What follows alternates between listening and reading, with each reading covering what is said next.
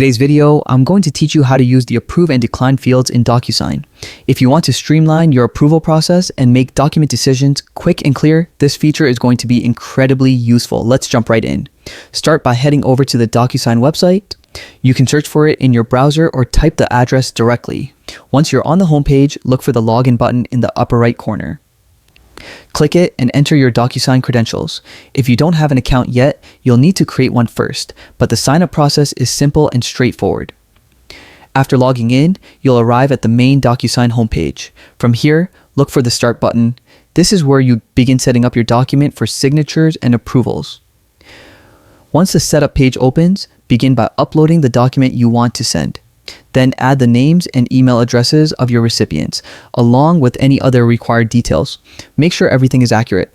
These details ensure the document reaches the right people and that they're able to review and respond correctly.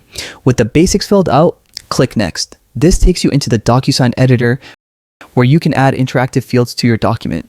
Here's where the approve and decline fields come into play. On the left side of the editor, you'll see the list of available fields. Look for the approve field, click it, and place it on the document. Most people position this near the end of the document where the signer is expected to make a final decision. Now repeat the same step for the decline field. Click on decline, drag it onto the document, and place it somewhere close to the approve option. This gives your recipients a clear and simple way to indicate whether they're approving the document or choosing not to proceed. And that's all there is to it. By adding these two fields, you create a clean approval process that makes decision-making fast, transparent, and easy for everyone involved.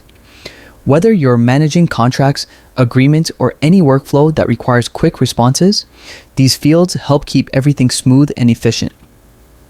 Thank you for watching this tutorial on using the approve and decline fields in Docusign.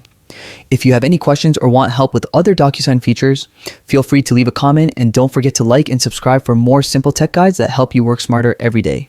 See you in the next video. Happy documenting.